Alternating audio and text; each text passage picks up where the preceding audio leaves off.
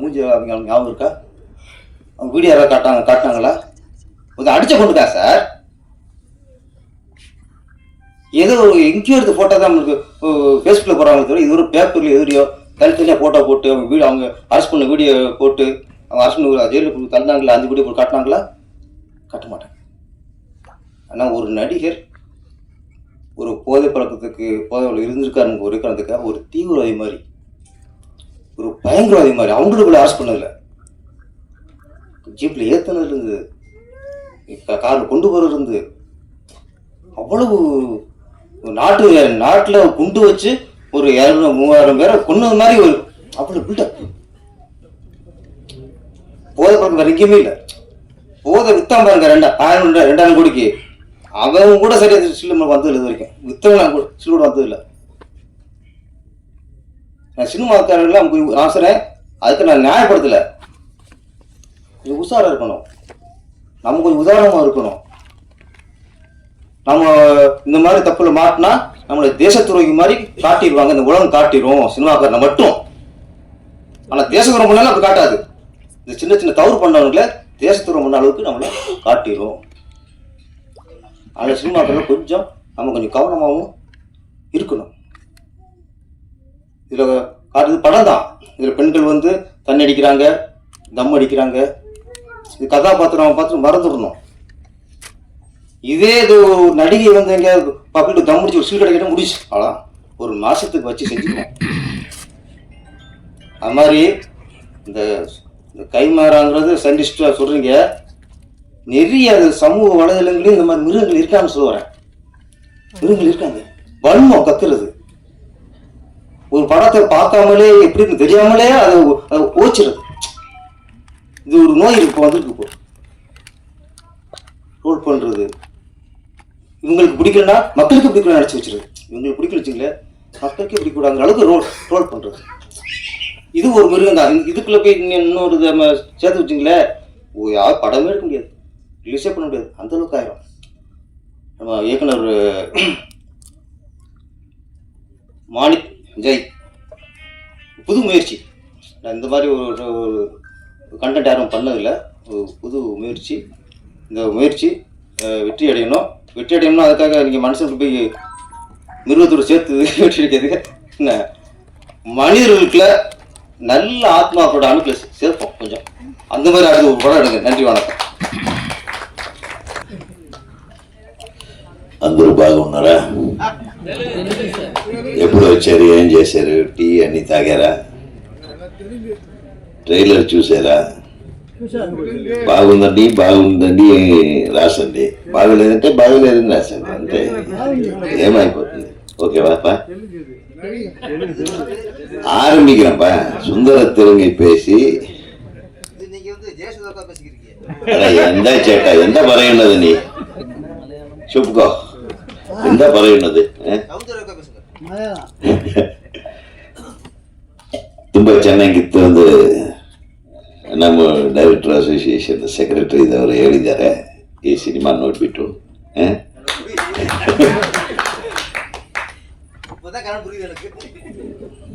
அதாவது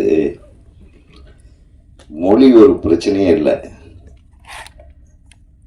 எனக்கு தெரியும், நான் வந்து ஜெமினி ஸ்டுடியோவில் வேலை செஞ்சிட்டு இருந்தேன் கொஞ்ச நாள்.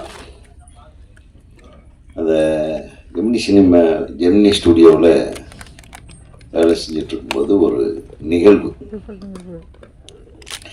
கன்னட இண்டஸ்ட்ரி 50வது ஆண்டு விழா, கன்னட சினிமாவோட 50th இயர் செலிப்ரேஷன்.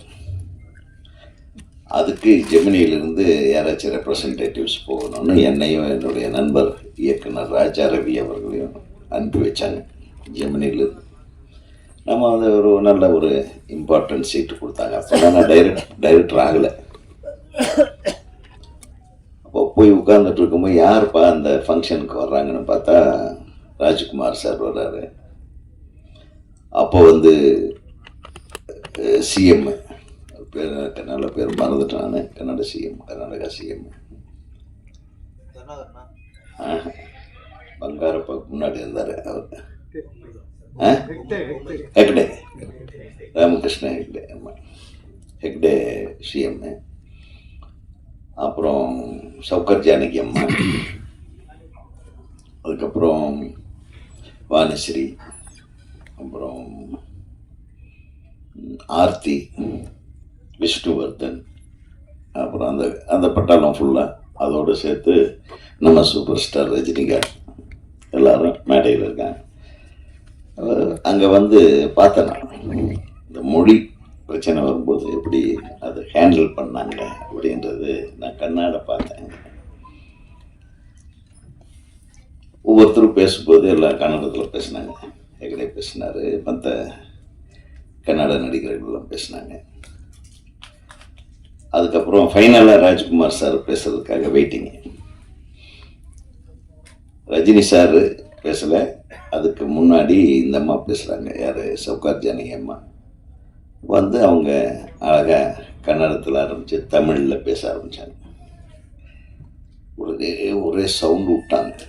ಏಯ್ ನಿಲ್ಲಿಸು, ಏನು ನೀನು ತಮಿಳಲ್ಲಿ ಮಾತಾಡ್ತಿ, ಕನ್ನಡದಲ್ಲಿ ಮಾತಾಡು. பயங்கர ரகலை விட்டு அந்த அம்மாவை பேச உள்ள நிறுத்திட்டாங்க.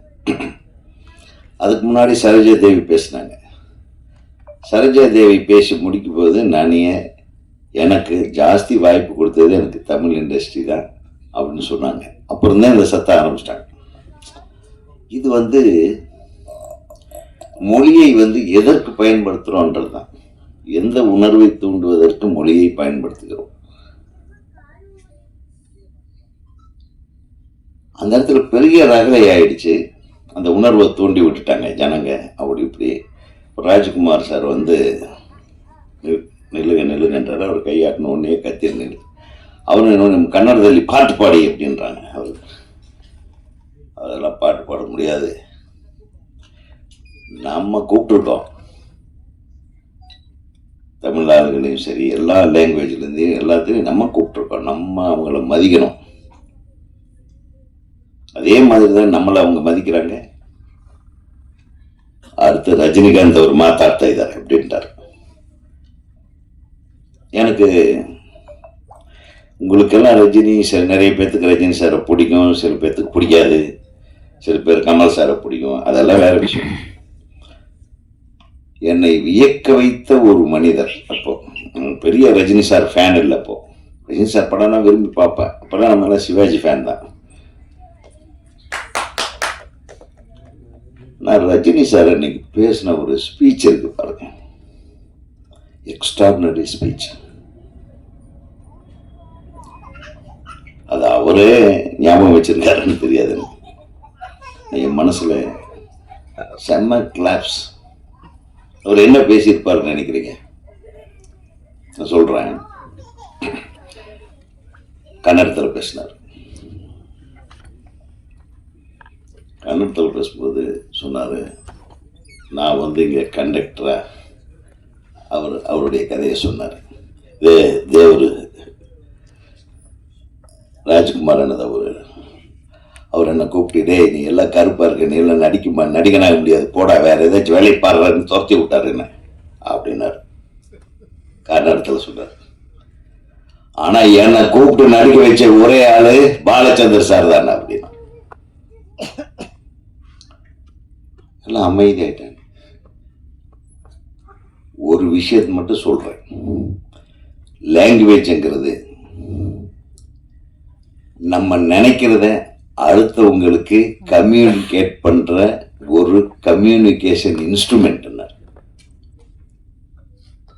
நான் என்ன நினைக்கிறேன்றது உங்கள்கிட்ட சொல்றதுக்காக பயன்படுத்தக்கூடிய ஒரு டூல், அதுதான் மொழி. அதை தைரியமா நினைச்சு கொண்டாடாதீங்கன்னாரு. மொழி என்பது ஒரு கம்யூனிகேஷன் மீடியா. அது எந்த மொழியா வேணாலும் இருக்கலாம். நான் சொல்றதை நீ புரிஞ்சுக்கிட்டீங்கன்னா அது ஒரு மொழி. அது தமிழ்ல சொல்லி தமிழ்ல புரிஞ்சுக்கலாம், கன்னடத்துல சொல்லி கன்னடத்துல. இதை வந்து ஒரு தெய்வமா கொண்டாடி அதை ஒரு அபின் மாதிரி சாப்பிட்டு மொழி வெறி வந்து இது பண்ணணும்னு அவசியமே இல்லை அப்படின்னு பேசினார். ஆக உங்களுக்கு கன்னடம் எந்த அளவுக்கு உயர்ந்ததோ அதே மாதிரி நார்த்தில் ஹிந்தி பேசுகிற மக்களுக்கு ஹிந்தி பெருசு, தமிழ்நாட்டில் தமிழ் மொழி பெருசு அப்படின்னு அழகாக பேசி எல்லாத்தையும் அமைதிப்படுத்தினார். மிகப்பெரிய விஷயமா இருந்தது. இது எதுக்கு சொல்ல வரேன்னா, மொழியை வந்து ரொம்ப டீப்பாக எடுத்துக்கிட்டு நம்ம சண்டை போட்டுக்க வேண்டியதில்லை. மொழியும் மீறின ஒரு உணர்வு தான் கலை. இந்த கலைக்கு, அதுவும் குறிப்பாக திரைப்பட கலைக்கு, மொழி வந்து ஒரு இடைஞ்சலாகவோ ஒரு தடங்களாகவோ ஒரு பிரச்சனையாகவோ இருக்கக்கூடாது. அது இருக்கலை. 4 மொழி படங்களும், தமிழ், தெலுங்கு, மலையாளம், கன்னடம் 4 மொழி படங்களும் எடுத்த ஊர் தான் இந்த சென்னை. அதனால தான் நம்ம எல்லா மொழிகளையும் சென்னைக்காரங்க மதிக்கிறோம், தமிழ்நாடு மதிக்கிறது. 4 மொழிகளையும் வளர்த்த பெருமை தமிழ் மொழிக்கு உண்டு. தம்பி சொன்ன மாதிரி அது எதிலிருந்து எது வந்ததுன்றதில்ல. 5, 6 அது நிறைய இருக்குது, அது சொல்லலாம். பட் நான் உதாரணத்துக்கு சொல்றேன். சினிமா துறையை பொறுத்தவரையிலும் ஒரு செட்டில் கன்னடத்தில் பேசுவாங்க, அதே செட்டு காலியாகும், அதுக்குள்ள தமிழ் நடிகர்கள் போய் அதே படத்தில் நடிப்பாங்க. அது தமிழ் மாற்றம். எத்தனை படங்கள் அந்த மாதிரி. ஒவ்வொரு செட்டு இங்க ராமராவ், அங்கே எம்ஜிஆர், இந்த பக்கம் சிவாஜி சார், இந்த பக்கம் ராஜகுமார், அந்த பக்கம் விஷ்ணுவர்தன், எல்லாரும் ஒன்னா கூடி கும்மி அடிச்சு எவ்வளவு அழகா இருந்ததுயா நம்ம சினிமா. இன்னைக்கு நம்ம பார்க்குறோம் எல்லாமே வந்து சினிமாவே வந்து எங்கே ஒரு கேரவனுக்குள்ள போய் ஒழிஞ்சிருச்சு. ஒரு கேரவனோட முடிஞ்சு போகுது ஒரு ஒரு ஒரு கலைஞனுடைய வாழ்க்கை. அப்படின்னா எவ்வளவு கேவலமா இருப்பாங்க. முதல்ல அதுல இருந்து மீட்டெடுப்போம். கேரவனுக்குள்ள இருந்து இந்த சினிமாவை மீட்டெடுத்தாலே நமக்கு பெரிய சக்சஸ் வந்துடும். வந்த உடனே எனக்கு ரொம்ப சந்தோஷமா இருந்தது. நம்ம செயலாளர் எப்பவுமே டைம்ல வந்துடுவாரு. நான் கொஞ்சம் லேட்டா வந்தாதான் தலைவருக்கு கெத்து அப்படிங்கிறதுக்காக லேட்டா வரல. இன்னும் லேட் ஆயிடுச்சு. நான் கொஞ்சம் பெருங்குடியிலேருந்து வர்றதுக்கு நீ சண்டே தான் சீக்கிரம் வந்துடலான்னு பார்த்தா அதே மாதிரி கூட்டம் இருக்கு, டிராஃபிக். நானே ஓட்ட வேண்டியதாக போச்சு. இன்னைக்கு மண்டே, சண்டேவா மண்டே பயங்கர க்ரௌடு. என்னால் வரவே முடியல. நான் வழக்கமாக இது 6 மணின்னு நினச்சிட்டேன் வேற. அதுக்கப்புறம் 3:30 அப்புறம் சரி வந்த உடனேயே மன்னிப்பு கேட்கணும் அப்படின்னு தோணுச்சு. ஏன்னா ஒரு மிகச்சிறந்த கைமரா அப்படின்ற ஒரு ட்ரெய்லர் ஆடியோ லான்ச்சு தம்பி மாணிக் ஜெயின் அல்ல, மாணிக் ஜெயின், என் வந்து அவருடைய இனிஷியல். அதனால மாணிக் ஜெயின் மாணிக் பாஷா மாதிரி அவர் ஆக்கிறாதீங்க. அவர் தமிழ் தம்பி தான். இப்ப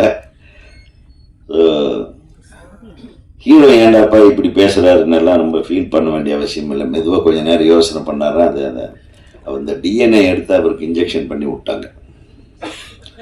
அந்த டிஎன்ஏ வேலை செய்யுதுன்னு அவருக்கு டக்குன்னு இந்த மிருகத்தோட டிஎன்ஏ உள்ளே போன ஒரு கேரக்டரைசேஷனு கன்னடத்தில் பேசுகிறதா, கன்னட மிருகமா, தமிழ் மிருகமா, ஆங்கில மிருகமா அப்படின்னு டிசைட் பண்ணுறதுக்குள்ளாரி நீங்கள் ஐயோ சரி பரவாயில்லன்றீங்க. அவர் பேசுறதா வேண்டாமான்னு தவிக்கிறாரு. ಏನು ಹೇಳಿ ಏನಾಯ್ತು ನಿಮಗೆ? ಏನಿಲ್ಲ, ಚೆನ್ನಾಗಿ ಮಾಡಿದ್ದೀರಾ ಅಂತ ಎಲ್ಲರೂ ಹೇಳ್ತಾ ಇದ್ದಾರೆ.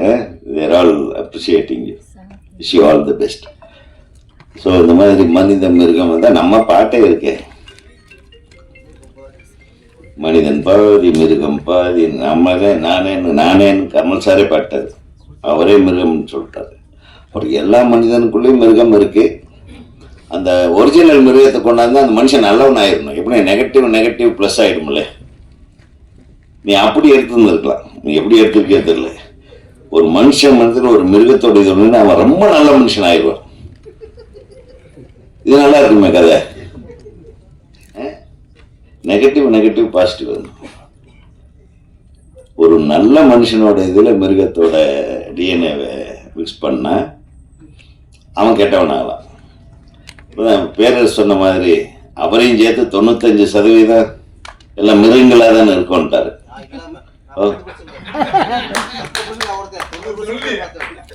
சரி, நான் அதுல எதுல இருக்கேன்? 90 இருக்கு.